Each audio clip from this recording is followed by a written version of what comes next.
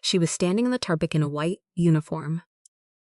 When he stepped out of the car, Crystal Ann Beaumont, black, beautiful, a nanny who had spent 3 years making sure 2 Korean-American children never once felt unstable in a household that gave them everything except consistency. She carried their medicine, their snacks, their emergency cloth doll, and enough patience to outlast any storm. She was the last thing Mina reached for at night. She was the reason Jay didn't pretend not to need people anymore. Kang Minsuk, the architect, ran one of the most powerful Korean crime operations on the U.S. East Coast. He had a river serpent tattooed down the right side of his neck and a reputation for ending problems precisely. Without waste, without drama. His private jet was already running on the tarmac at Teterboro when his ex-wife decided that today was the day. Crystal Ann Beaumont would learn her place. She boarded that jet with the legal standing of a mother and the strategy of someone who had been planning this for months. She took the bag from Crystal's hands.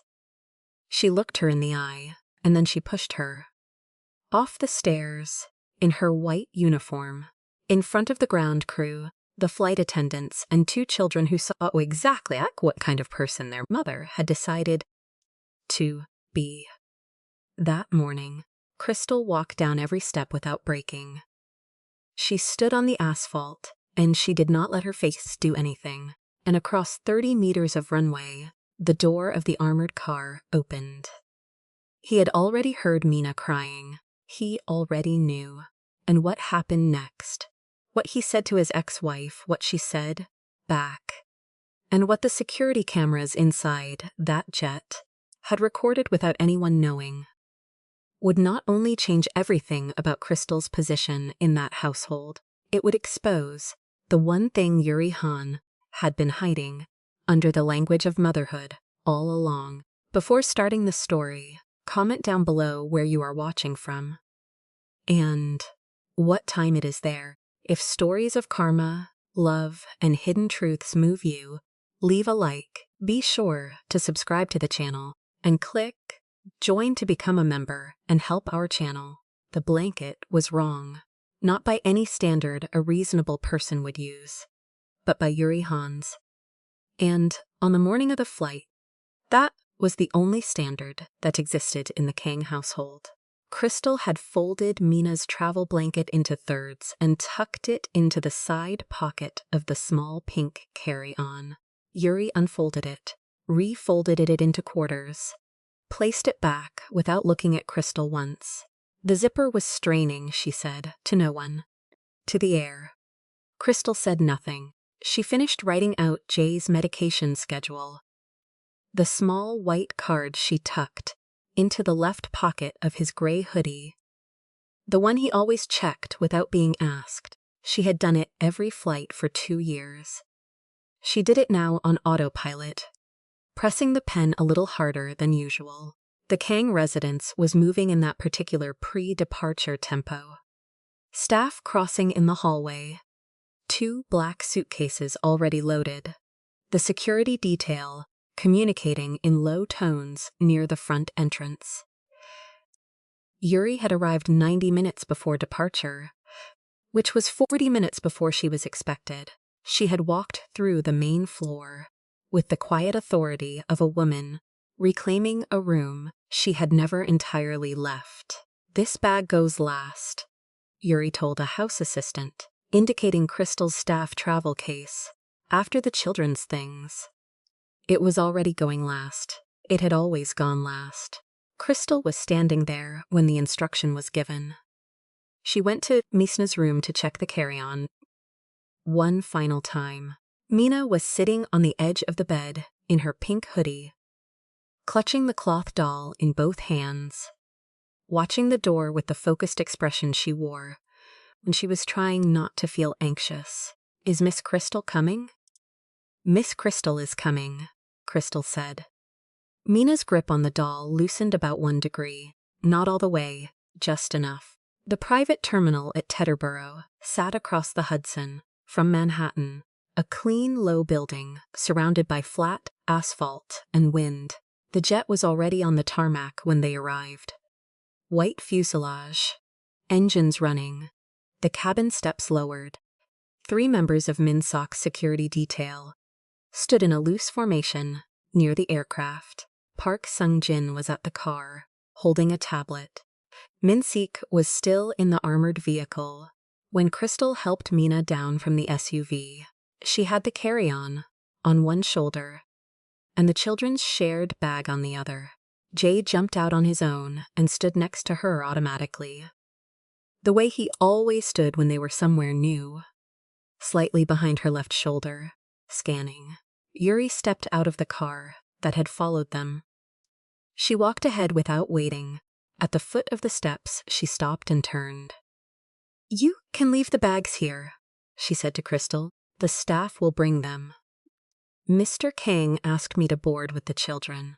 Mina gets anxious during takeoff." "Mina gets anxious," Yuri repeated, with the tone of a woman hearing a word used incorrectly. "She's 6 years old. She'll be fine." Crystal held the bag. She did not move toward the steps and she did not move away from them. Yuri's expression adjusted into something that was not quite a smile. She boarded. Crystal looked at Jay. Jay looked back with his flat, already decided look. They went up. Inside the cabin, the seats were cream leather, wide and clean. Crystal settled the children at the window seats. On the left side, buckled Mina in, placed the cloth doll in her lap, and unzipped the carry-on to find the anti-nausea tablets for Jay. Yuri was standing in the aisle. "Who authorized this seating arrangement?" Mina looked up. "Mr. Kang's preference has always been the children on the left side, so I didn't ask for the history." Yuri reached past Crystal and picked up the children's bag from the overhead shelf. She set it down on the seat across the aisle, which displaced the arrangement entirely. "Jay, sit here." Jay did not move. "Jay, I want to sit by Miss Crystal." Yuri looked at him the way people look at things that have stopped functioning correctly. Then she looked at Crystal with the specific patience of a woman who has decided to finish something that was started a long time ago. "You need to get off the plane," she said. Crystal stood very still. "I'm here at Mr. Kang's request. And I'm telling you, as the children's mother, that you're not needed on this flight."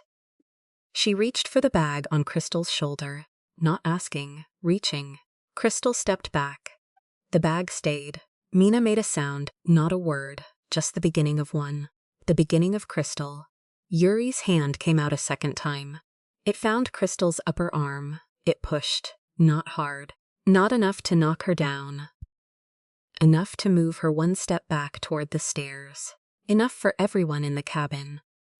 The 2 flight attendants frozen near the galley.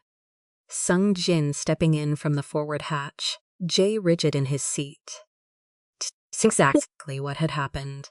Crystal descended the stairs. She did not hold the railing. She did not rush. She walked down each step the way she had arrived. With her bag on one shoulder, her back straight. Her white uniform, the cleanest thing on the tarmac. She stood on the asphalt and felt the wind come off the runway. She did not let her face do anything. Behind her, from the open jet door, Mina was crying, the full, open, inconsolable kind. And above that, Jay's voice, clear carrying. 8-year-old fury aimed at no one he could reach. 30 meters away, the door of the armored car opened. Minsuk stepped out with his phone still in his hand. He looked at the jet. He looked at Crystal. He looked at the jet again. He put the phone in his coat pocket. He walked. He did not run. Minsuk Kang was not a man who ran, but the pace at which he crossed 30 meters of tarmac left no question about his direction or his intention. Sung-jin fell in step without being asked. The 2 ground-level security staff shifted to flanking positions automatically. Not because there was a threat on the runway, but because 11 years with this man had taught them that when he moved like this, the landscape was about to rearrange itself. Minsuk stopped at the foot of the jet stairs and looked at Crystal directly. "Are you all right?" She straightened. "I'm fine, Mr. Kang. I apologize for the disruption." She had rehearsed that sentence somewhere between the bottom step and the tarmac. He could see the rehearsal in it. Her voice had a small fracture at the edge that she was controlling with the precision of someone who had been controlling things like that for a very long time. He looked at the jet door. He looked back at her. "Wait here." He went up the stairs. Inside the cabin, the air had the particular charge of a room where something has just been broken, and everyone is pretending to assess the damage. Mina was in her seat with her cloth doll pressed against her face. Jay stood in the aisle with his arms crossed and his sneakers planted apart, a 9-year-old trying to occupy as much space as possible. Yuri was smoothing the front of her coat. She looked at Minsuk with an expression calibrated to occupy the territory between righteous and aggrieved. "She needed to understand that this is a family flight," Yuri said. Before he had asked anything, "I handled it." Minsuk moved past her without responding. He went to Mina first. He crouched in the aisle and looked at her for a moment, then lifted his hand and touched the back of her head once briefly, the way men who don't know how to comfort people do the only thing they know. Mina's mouth was still turned down. She didn't look up. He straightened and looked at Jay. Jay said very clearly, "She pushed Miss Crystal off the stairs." No interpretation, no elaboration, just the fact, placed in the middle of the cabin, like an object no one could step around.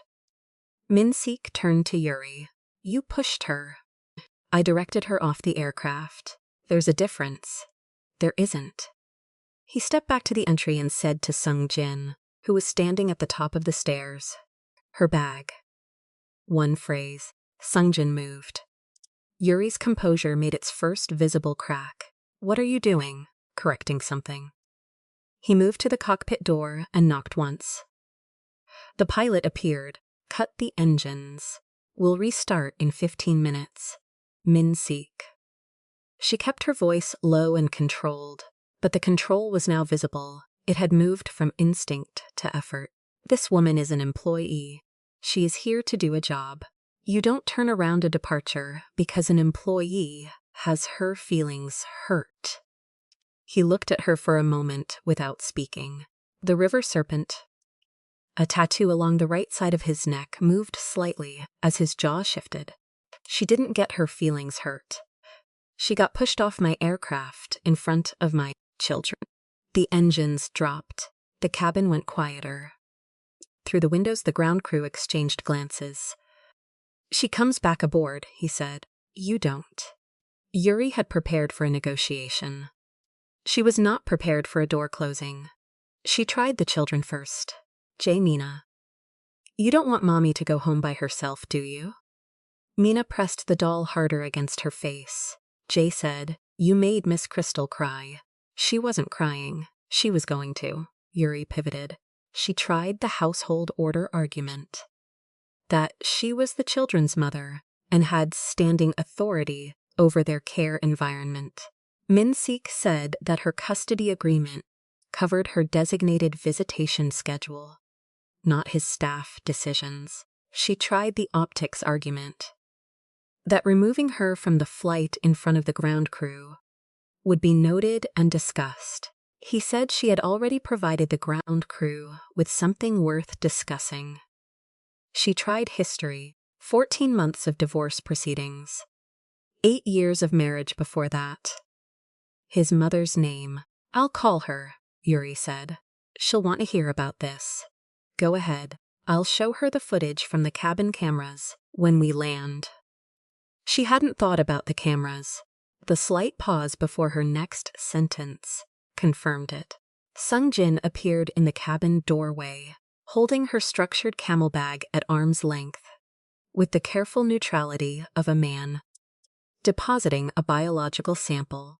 Minsuk walked to the cabin door and looked down at the tarmac, where Crystal was still standing in her white uniform, with her bag. The jet? The way someone watches a building they've been told to wait outside of. Crystal. He said her name without prefixes or softeners, just her name. Come back up. She looked up at the stairs. She looked at him. The children need to see you board, he said. Not an order, not a request, something adjacent to both. She came up the stairs. Mina unwrapped herself from the cloth doll the moment Crystal's white shoulder appeared in the doorway. She reached. Crystal crossed the cabin and put one hand on the back of Mina's head and did not speak. And Mina made a sound that was mostly just relief. Jay sat back down and took Crystal's sleeve between two fingers, not her hand. The discreet grip of a child who wanted contact but would deny needing it. Behind them, Yuri stepped down the first stair alone. On the tarmac below, the ground crew watched a woman in a camel coat and beige heels descend from a private jet while the engines began to cycle back up. And every single one of them said nothing, because Minsuk Kang's name was on the aircraft registration. And men like him did not make mistakes they would later walk back. They had been airborne for 22 minutes. When Mina finally stopped, trembling, it happened incrementally. The shoulders first, then the hands, then the jaw. Crystal felt each one release against her arm. The way she had learned to measure Mina's anxiety, not by what the child said, but by what her body stopped doing. The cloth doll was on her lap. The anti-nausea tablet was already dissolving somewhere in Jay's system. He was looking at the window without seeing it. One hand wrapped loosely around Crystal's sleeve. The pressure of it so habitual, by now, that he probably wasn't conscious of it. Crystal looked straight ahead. The cabin lights had dimmed to their travel setting, a low amber gold that made everything look warmer than it was. Minsuk was across the aisle in the facing seat, a tablet open on his lap, reading something. Not reading. His eyes had the unfocused quality of a man reviewing something. Internally, rather than on the screen, she replayed the stairs. Not the push, though she replayed that too. The moment before it, Yuri's hand reaching for her bag the second time. Not asking, not explaining, just reaching, with the implicit certainty that Crystal had no business holding anything that wasn't hers, and beneath that certainty, something older. The assumption that Crystal's presence, all of it, 3 years of white uniforms, and folded blankets and medication cards, and nights on the floor outside Mina's room, when the thunder came too close, was provisional, could be ended with a hand gesture, could be overruled by anyone who had a better claim. She had known this. She had known it from the first month. She had constructed her entire relationship with this household on the premise that she knew it. It had not prepared her for the stairs. In the transport car, heading back toward Manhattan, Yuri made 2 calls. The first was to her personal assistant, whom she instructed to cancel 3 appointments and re-spends. Schedule. Nothing. Her voice was level. She was not a woman who decompressed loudly. The second call was longer. She called Kang Minsuk, Minsuk's mother, 71 years old, a former professor of traditional music, who had spent 4 decades cultivating the kind of quiet authority that needed no volume to be felt. Yuri had maintained the relationship carefully since the separation. Not out of affection, but out of strategy, she spoke for 11 minutes. She did not mention the jet incident directly. She spoke instead about patterns she had observed over time.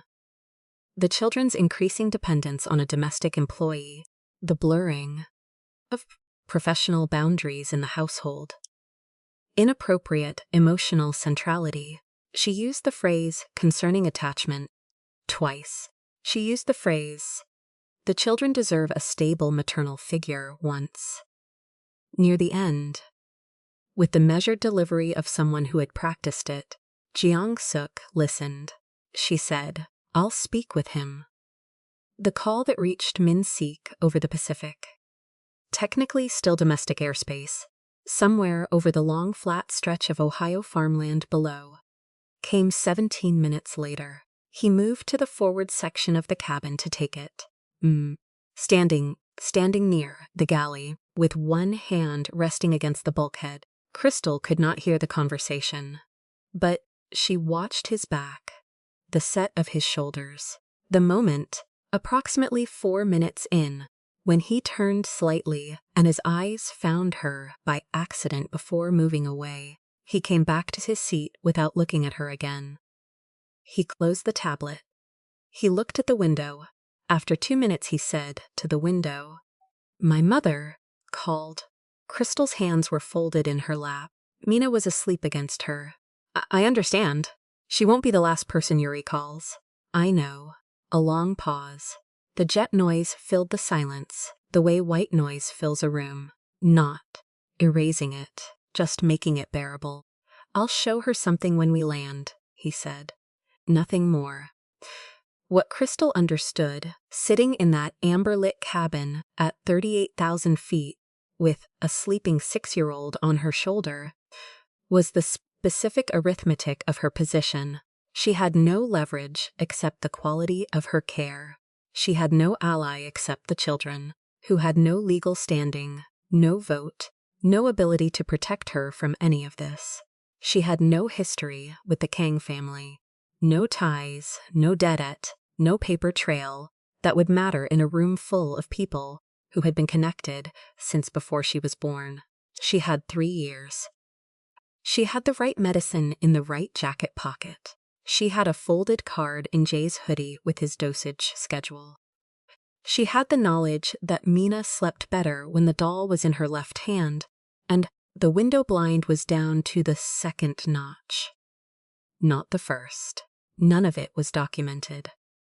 None of it was visible to anyone who hadn't been there every day to see it built. She let Jay's weight settle more fully against her side.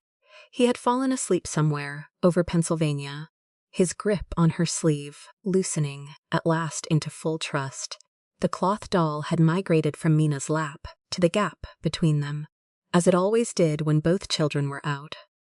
A small, neutral territory, worn to softness by years of being needed.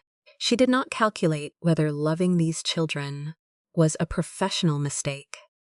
She had already made the mistake. It was already done. 3 years ago, in a brownstone on the Upper West Side, a 6-year-old boy named Jay had asked her if she knew the Korean word for clouds because he had forgotten it and was embarrassed to ask his father. And she had looked it up on her phone and told him and watched his face when he said it back to her, and that had been the end of professionalism as a viable primary strategy. She was still sitting there when the descent began. The family compound sat on the island's eastern flank, behind a low stone wall and a stand of pine trees that had been there longer than any agreement between any of the people who now gathered beneath them. The main room had a timber ceiling and wide windows that looked out at the water. And by the time Minsuk walked in with his phone and a small portable drive, 7 members of the Kang Han extended family were already seated. His mother sat at the center. Kang Minsuk wore a gray linen blouse and had her hands folded on the table, which was her version of stillness. Minsuk connected the drive to the room's display screen. He did not explain what he was about to show. He pressed play. The interior cabin feed was a single fixed angle from the forward bulkhead, wide enough to take in the full length of the cabin in one shot. Time stamped in the upper corner.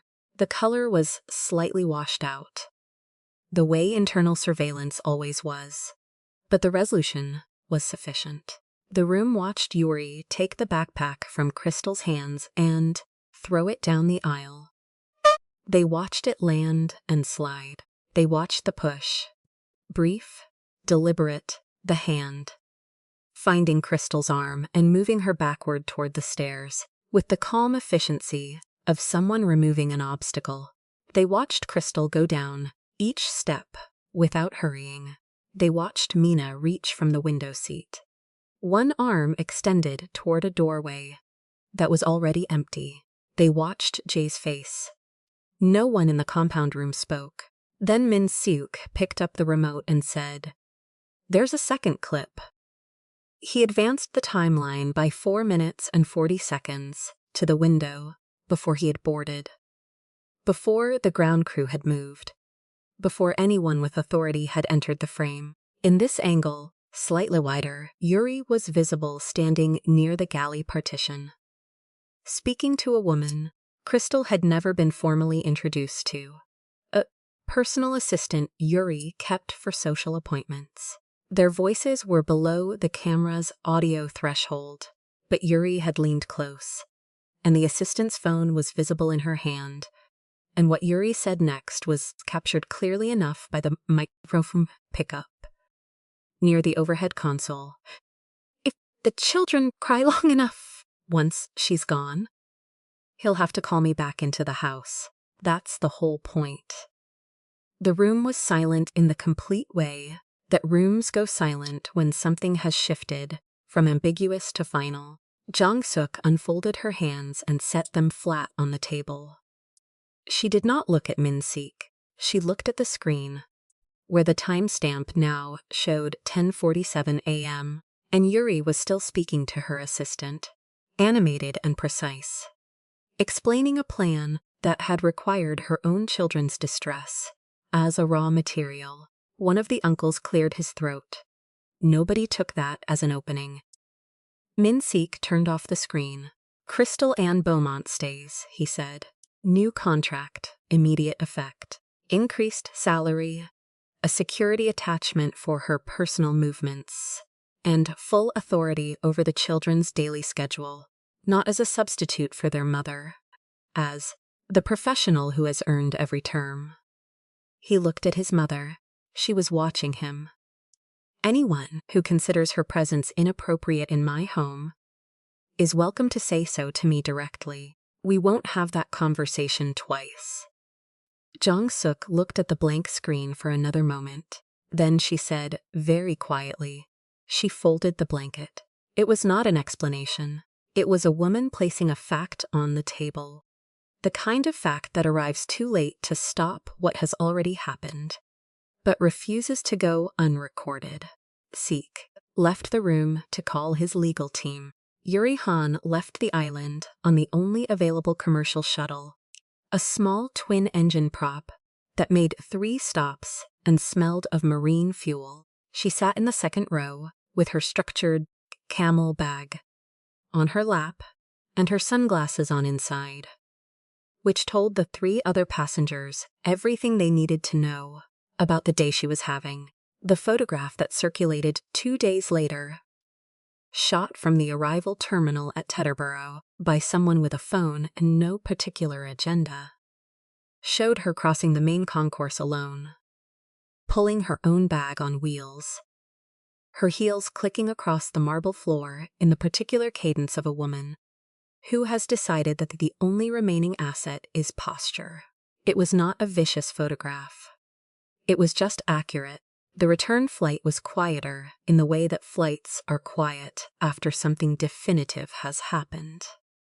Not tense, just settled. Crystal sat between Jay and Mina. The overhead lights were dimmed. Both children had been asleep for 40 minutes. Minsuk was across the aisle. Again, no tablet this time. He was looking at the dark window and the dim reflected interior of the cabin. The sleeping children, the white uniform, the small ivory bag in the seat pocket. He said, "Thank you for coming back." She kept her voice. "Lo, I came back for them." He looked at Jay's sleeping face. The boy had his head turned toward Crystal, mouth slightly open. one hand resting near hers but not touching it. "I know," Minsuk said. "That's why you stay." Crystal did not respond. There was nothing to say to that.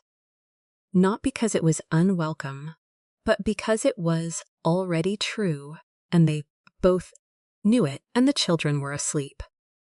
And outside the window, there was nothing but dark ocean, and the ordinary miracle of a plane full of people held up by something no one fully understood, carrying them safely from one place to the next.